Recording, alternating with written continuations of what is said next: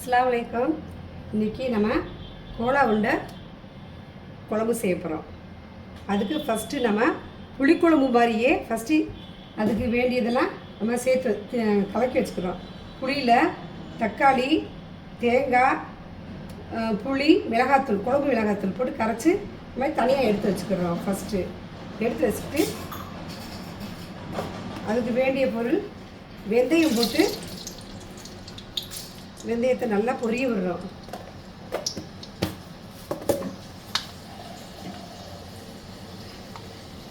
வெந்தயத்தை நல்லா பொரிய விட்டு வெங்காயம் கொஞ்சம் போட்டு நல்லா பொரிய விடுறோம்.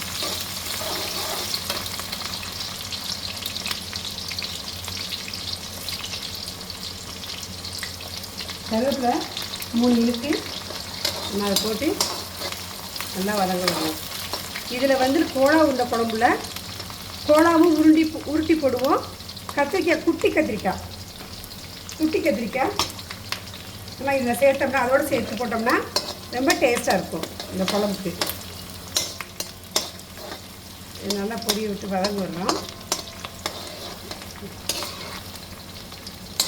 நல்லா வதங்கிருச்சு. நல்லா வதங்கினோடனே குட்டியாக கட் பண்ணி வச்சுருக்கோம்ல கத்திரிக்காய், குட்டியாக கத்திரிக்காய், அதை இதில் நம்ம நல்லா வதங்கிடுவோம்.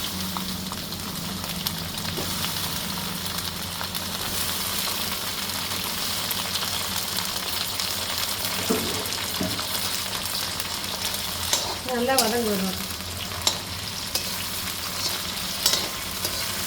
இது நல்லா வேக்காடு இந்த எண்ணெயிலேயே நல்லா சுருண்டு வதங்கினவுடனே 2 தக்காளி அதோடு சேர்த்து, முதல்ல தக்காளி நம்ம தேங்காயோட அரைச்சி நம்ம ஊற்றிருக்கோம். இதோடு சேர்த்து கொஞ்சம் வதங்கினோடனே 2 தக்காளி நம்ம இதோடு சேர்த்து போட்டு நம்ம வதங்கிக்கிறோம். கொஞ்சம் வதங்கட்டும்.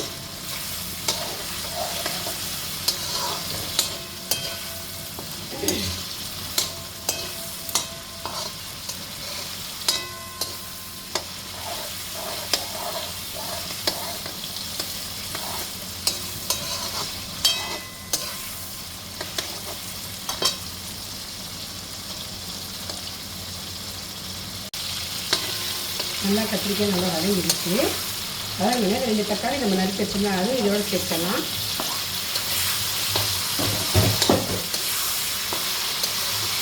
இது ஒரு பக்கம் வதங்கட்டும். நம்ம சோள உருண்டைக்கு அறுத்து உள்ள பொருளெல்லாம் நம்ம கொடுத்துடலாம். சற்று நேரம் வதங்குற வரையும் 1/2 கிலோ மட்டன் கைமாவை நான் அரைச்சி வச்சுருக்கேன். 1/2 கிலோ மட்டன். அதுக்கு உண்டான பொருள் ஜீரகம், பட்டை, ஏலக்காய், கிராம்பு, கொஞ்சம் ஒரு கைப்பிடி பூண்டு, பொட்டுக்கல்லையே நல்லா அடித்து வச்சுக்கிறோம். நம்ம ஒரு முடி தேங்காய், ஒரு குட்டி வெங்காயத்தில் ஒரு 10 பல்லாரி வெங்காயம் இதை நறுக்கி வச்சுக்கிறோம். இது நறுக்கி வச்சு இதை கறி அரைச்சிட்டோம். அரைச்சி அடுத்து இந்த தேங்காவை நம்ம மிக்ஸி ஜாரில் போட்டு அதோடு சேர்ந்து நம்ம இந்த பட்டை, ஏலக்காய், கிராம்பு, ஜீரகம், மிளகாத்தூள், மல்லித்தூள், மஞ்சத்தூள் இதெல்லாம் போட்டு நம்ம அரைச்சி ஃபஸ்ட்டு எடுத்து வச்சுக்கலாம்.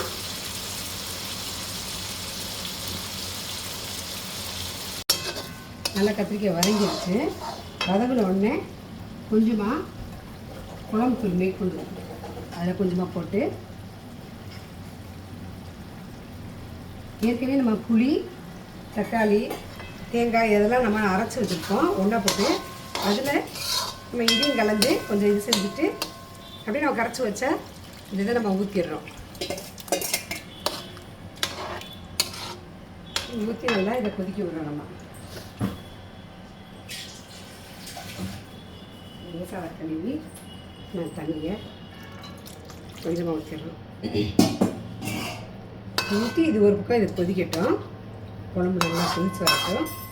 கொதிச்சு வரக்குள்ள அடுத்தது நம்ம மட்டன் பட்டை, ஏலக்காய், கிராம்பு, வெங்காயம், தேங்காய் எல்லாம் நம்ம அரைச்சி எடுத்த கோலா உருண்டை இது. அதில் நம்ம மேற்கொண்டு கொஞ்சமாக பொட்டுக்கடலை அரைச்சி நம்ம தூவிக்கிறோம். நல்லா அரைச்சி அதை நல்லா நம்ம மிக்ஸ் பண்ணிக்கிறோம். மிக்ஸ் பண்ணி இதில் நம்ம மிளகாத்தூள், மல்லித்தூள், பட்டாரம் எல்லாம் போட்டு நம்ம அரைச்சிட்டோம். ஜீரகம் எல்லாமே போட்டு அரைச்சிட்டோம். அரைச்சி இது உருண்டை வர்றதுக்கு தகுந்தாப்பில் நம்ம இதை கரெக்ட் பண்ணி இதில் ஒரு கைப்பிடி கொத்தமல்லி இலை பொடிசாக நறுக்கினது இதையும் நம்ம சேர்த்துக்கிறோம். சேர்த்தோம்னா நல்ல மணமாக இருக்கும். இதையும் சேர்த்துக்கிறோம். சேர்த்து நல்லா எல்லாத்தையும் மிக்ஸ் பண்ணிக்கிறோம்.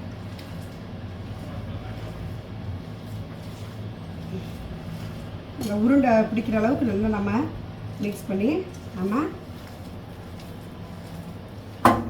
கொஞ்சம் தனியாக இருக்க மாதிரி கொஞ்சமாக போட்டு மிளகாத்தூள், மஞ்சத்தூள் எல்லாம் நம்ம சேர்த்துருக்கோம். காரம், கீரம் எல்லாமே, உப்பு எல்லாமே செக் பண்ணியாச்சு. கரெக்டாக இருக்குது. இதை நம்ம என்ன செய்யணும், குழம்பு நல்லா கொதிக்க விடுறோம். கொதிக்க விட்டு இதில் நம்ம குழம்புக்கு பேர்வாதி எடுத்து நம்ம குழம்புல போடுறோம். கோலா உருண்டை குழம்புக்கு நல்லா இதாகிடுச்சு.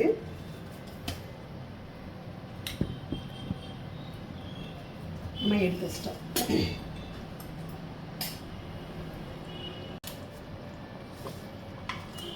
குழம்பு நல்லா கொதிச்சிருச்சு. அதில் நம்ம கோலா உருண்டைக்கு எசைஞ்சு வச்ச இதை உருண்டையை நம்ம ஒவ்வொன்றா உள்ளே போடுறோம்.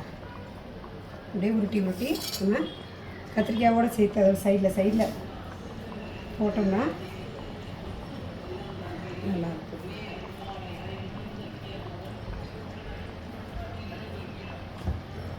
அப்படியே எல்லா உருண்டையும் நம்ம அதே மாதிரி உள்ளே போட்டுறோம்.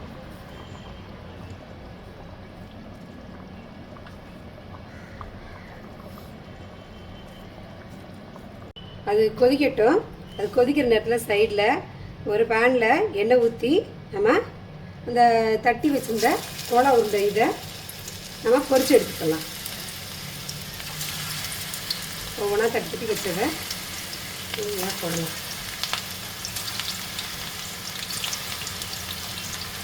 சிம்மில் வச்சுக்கோங்க. அப்போ தான் இல்லைன்னா மேலே கருகிடும் சீக்கிரமாக.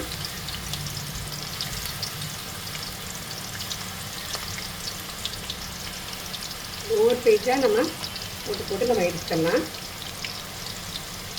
நல்லா சிம்லேயே வேகட்டும்.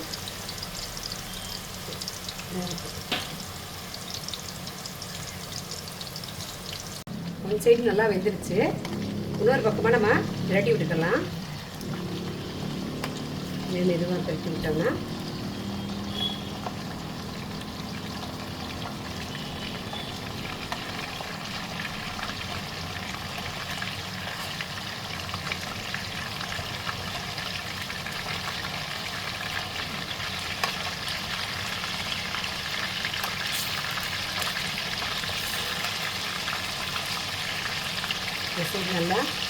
நல்லா நல்லா பொரியட்டும். பொரிஞ்சோடனே குழம்புக்கு கொத்தமல்லி தழை தூவி நம்ம குழம்ப நம்ம இறக்கிடலாம். சுவையான கோலா உருண்டை புளிக்குழம்பு ரெடி. பாருங்க, உண்மையிலே அப்படி இதாக இருக்குது. நல்லா இதாக இருக்குது. இந்த மாடலில் நம்ம குழம்பு செஞ்சு சாப்பிட்டோம்னா நல்லா டேஸ்ட்டாக இருக்கும். இது அப்படியே நம்ம அங்கே இந்த உருண்டை பொரிஞ்சிக்கிட்டு இருக்குது. உருண்டை பொரிஞ்சிக்கிட்டு இருக்குது.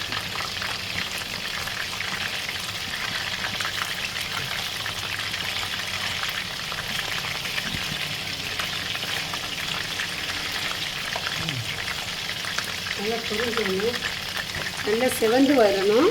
நல்லா செவந்து வந்தோடனே நல்லா புரட்டி வச்சு பார்க்கலாம். நல்லா சிவந்து வருது.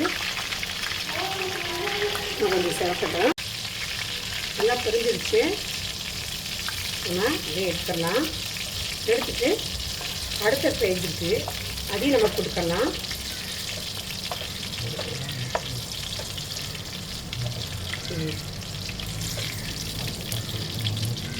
சுவையான